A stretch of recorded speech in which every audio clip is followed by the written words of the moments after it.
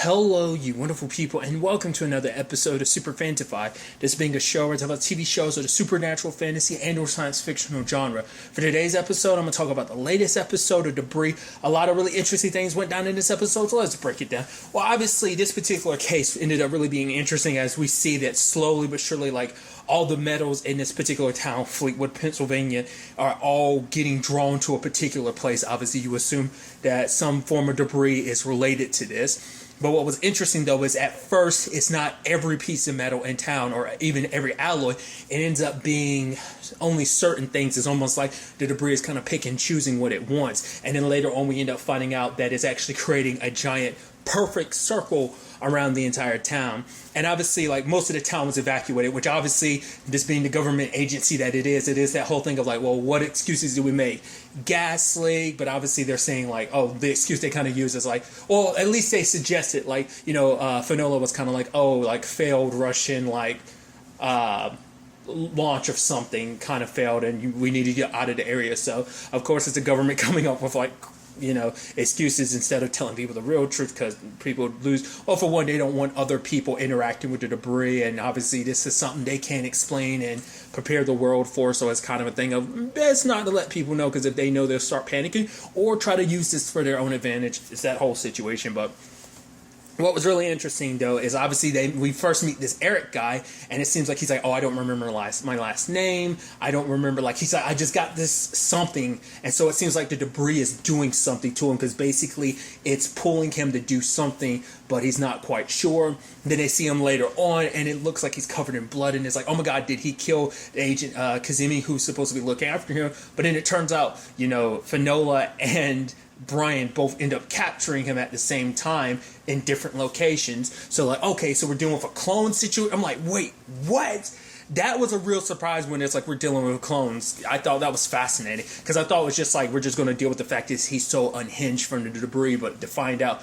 And I figured this earlier on when the way they were all acting, I was oh, are they actually at first I was thinking are they kind of emotions, are they supposed to be each one's kind of a different emotion? So are these really clones, or did it basically split the guy and just basically each piece of his personality or emotions is its own clone, which turns out to kind of be the case. Basically, it cloned him, but the clones aren't perfect whole beings. They're just a fraction of himself.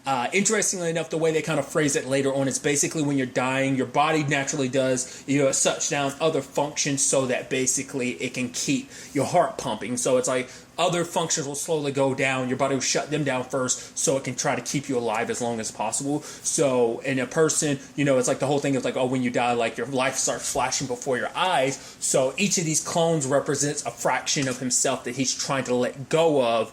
Because it's at the end of the day, what do you want most? And it's about holding on to what matters most. So obviously you have one who's all about, I need my job, I need a job, I need this job, that part of him that's the job is the most important thing. Then there's the one that has the regrets about, oh man, I let her go, that special someone. And then you have the one in the middle who's I don't know, I have to make a hard decision. So all three are representing these core aspects of himself, of the one that that's focusing on the future and the job being the most important thing, the other one lamenting what was let go, and then there's the one that can't decide between the two. So I thought those are interesting, because all of those kind of start falling away, because it's because I think it's the thing of searching inside yourself and finding out what's most important to you in a more science fictional manifestation. I thought was kind of interesting. The real interesting byproduct was the fact is that Brian ended up getting cloned too, which I thought was interesting, because he was around the debris at first, so everyone else suited up enough and have machinery around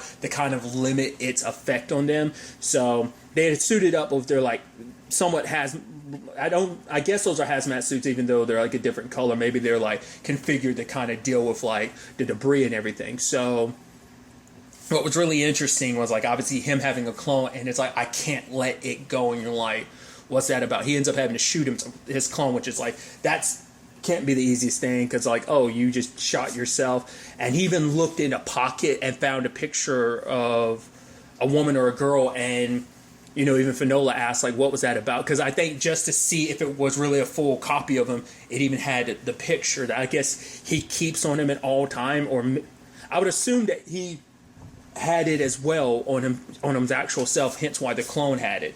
But Finola asked about it. He was just like, another time. I'm assuming it has something to do with, when he was held prisoner and everything. Like, I'm sure it had something to deal with his time in the military. I'm assuming that's someone that he either got close to and they died because of him, whether it was his own actions or rather his inactions, like a thing of like he might not have gotten there in time. Or it could just be like, this is one of the people that died because of my actions. Like, maybe it's not that he knew her, but it might be one of those things that, holding on to like all the faces of like the people they potentially might have killed. Like, I think it might be something like that, or just a reminder of him failing to do what he wanted to do or could have done, or someone he failed to save of some sort. So whatever the case may be, it'll probably be a little while before we really get into the ins and outs of that, because Brian's not too big on talking about himself, because he talked about it a little bit last episode. He opened up a little bit, but obviously those were extreme circumstances. On a regular basis, he's not willing to open up, which is ironic because it's not just stuff about himself that he's keeping locked away. It's also stuff about Finola and her dad, which we'll get to that later. But yeah, it was really interesting, like I said, finding out like what this was kind of all about. That obviously, sadly, Eric was at home when the debris crashed through his roof, and he ended up getting injured in the process. And wherever he is right now, he's slowly dying, and obviously the debris is resonating with that and kind of cloning him, because I guess it's like he's the last person that it touched. Because obviously we see it when whoever comes in direct contact with it is where the debris abilities kind of start seeping through and kind of giving whatever benefits or whatever it is that it's capable of doing. Now, what I thought was really interesting, though, obviously, like, they tried to shut it down, which is interesting to know that they have the means of shutting the debris effects down. But they were trying to shut it down, but every time they did, it was kind of responding, because the giant circle around town, as well as these clones, are meant to be its protection. It needs kind of guardians to kind of keep itself active, which is interesting to know that the debris has kind of procedures set in place to kind of defend itself to a certain extent. It's like, I'm active and I need to not be stopped, which is interesting. I guess it is like a form of machinery that it has its protocols, and once active, it needs to make sure that those protocols are seen through. So I think it's more like, I guess it's almost like the debris, maybe not necessarily sentient, but like I said, it has its protocols, and maybe once those protocols are activated, it's a thing of, we can't, like I said, nothing can stop it. I don't know whether that's something that's naturally in the machine's programming, or maybe it's just because it's so damaged, its protocols are messed up. So some of them go through while others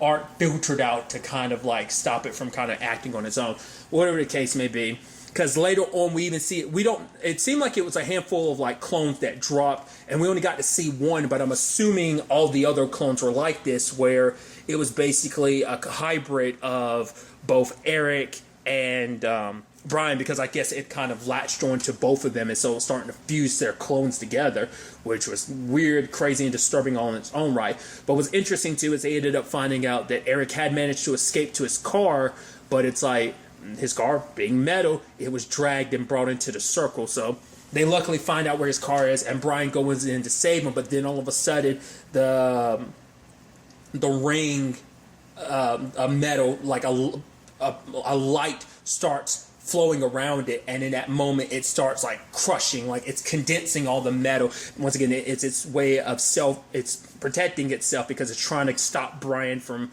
saving Eric, because it's saving Eric. Well, it's also because at the same time, that's a defense mechanism from the fact is that the scientists are out there trying to shut it down, and obviously the ring gets faster and it's starting to crush more and more of the metal. Luckily, they were able to stop the debris before it, kill Brian and Eric, and they were able to pull them out. And obviously, this is once again, ironically enough and interestingly enough, we got to see kind of the turmoil that was going through Eric's heart and mind about, the struggles of, like, it seemed like he kind of chose the job over his love and ended up losing her. But obviously, as we see, like, he made the choice at the end. It was about the job, but even Finola being like, at the end of it all, like, she's what kept you going. It's what kept you, that's what your heart wanted most of all, was her. and you held on to her, and she kept you going. She's what kept you alive. And he calls her up at the end, and it just says stay. Granted, can't talk about all the crazy stuff that happened. To be fair, he wasn't aware of all the clone stuff, so they're probably able to kind of like, yeah, there's some weird phenomenon happen. Magnets, whatever, like some experiment went weird and wrong, like that's probably all you have to do, like, because he didn't experience the clones himself. So I think that's how you get around that. So I just thought that was kind of like a fascinating development on that front. Some other interesting stuff that kind of popped up in this episode too is, obviously we know that, like I brought up earlier, that Brian's still keeping the secret about Fenola's dad being alive, which we got a little bit more of under her family dynamic. Obviously, she has a sister who has her own issues, and it seems like those are long preceding issues, long before her dad died.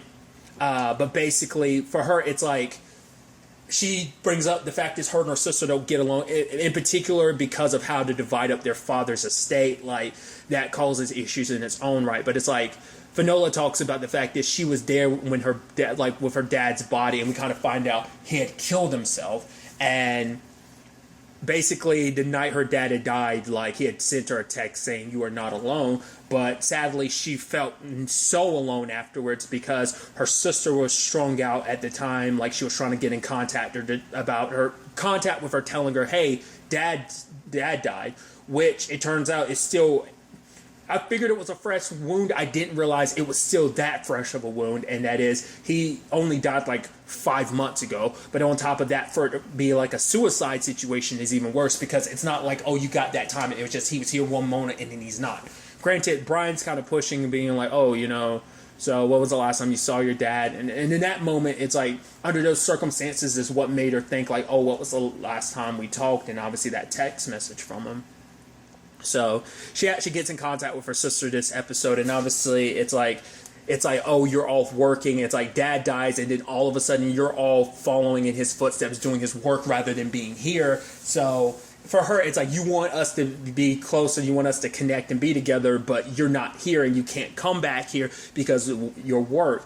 Because I think for her, obviously, it's her way of keeping her dad alive by doing this work, by doing work that he was focused on. It's like she's able to kind of keep him alive while kind of following in his footsteps. Because I think it is a situation, if she takes time to really stop and not focus on work, it just probably all comes bubbling back to the surface.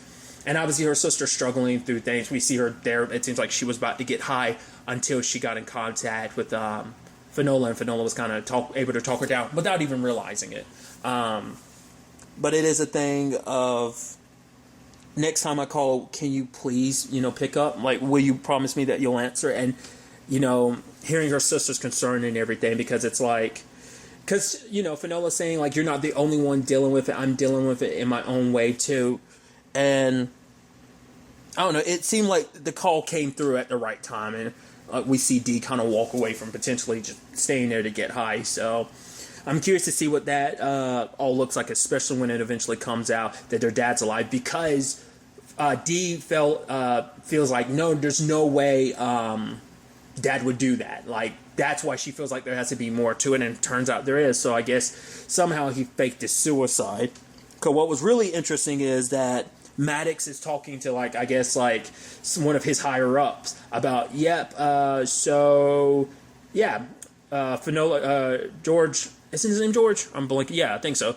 Still alive. And it's like, what? We saw his body. And the way they were talking about that was like, almost sounds like you had something to do with his death. Like, they probably faked his death to make it look like a suicide.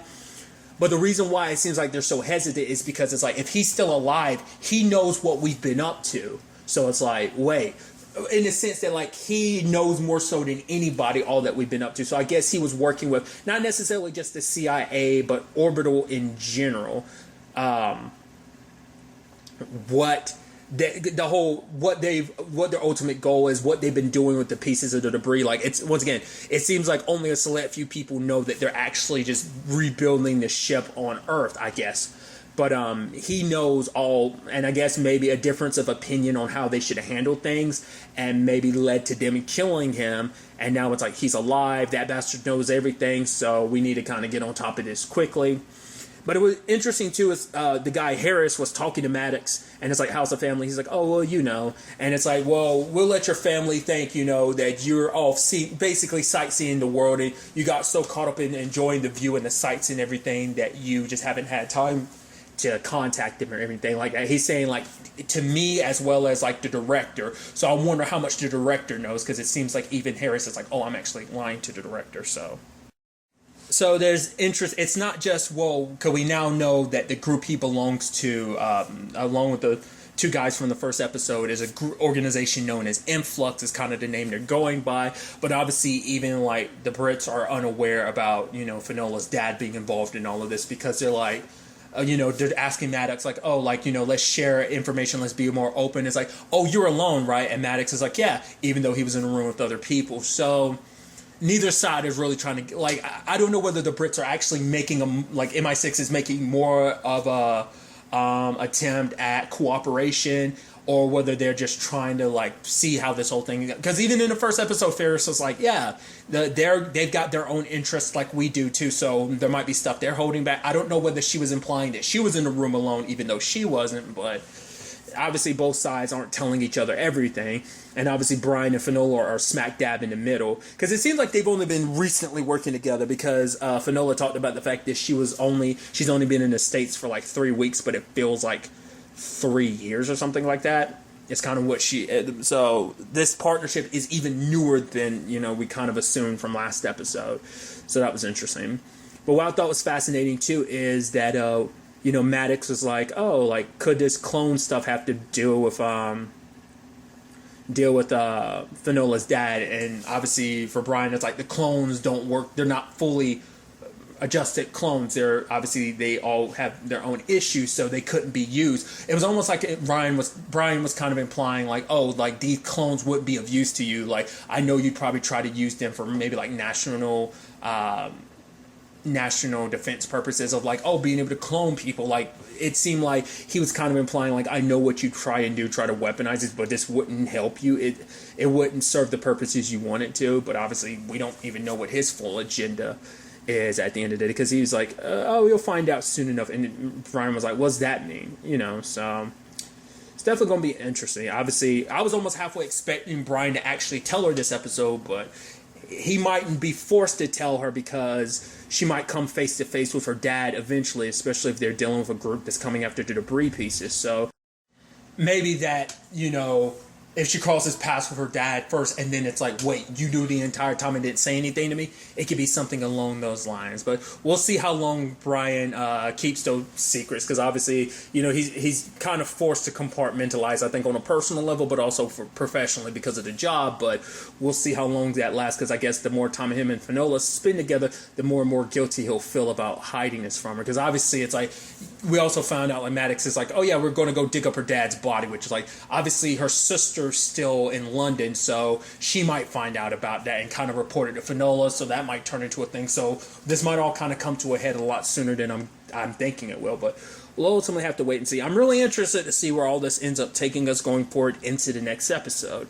But really, that's all I want to talk about. Till the next time we meet, be happy, be safe, live life to the fullest, and enjoy it. Good day and goodbye.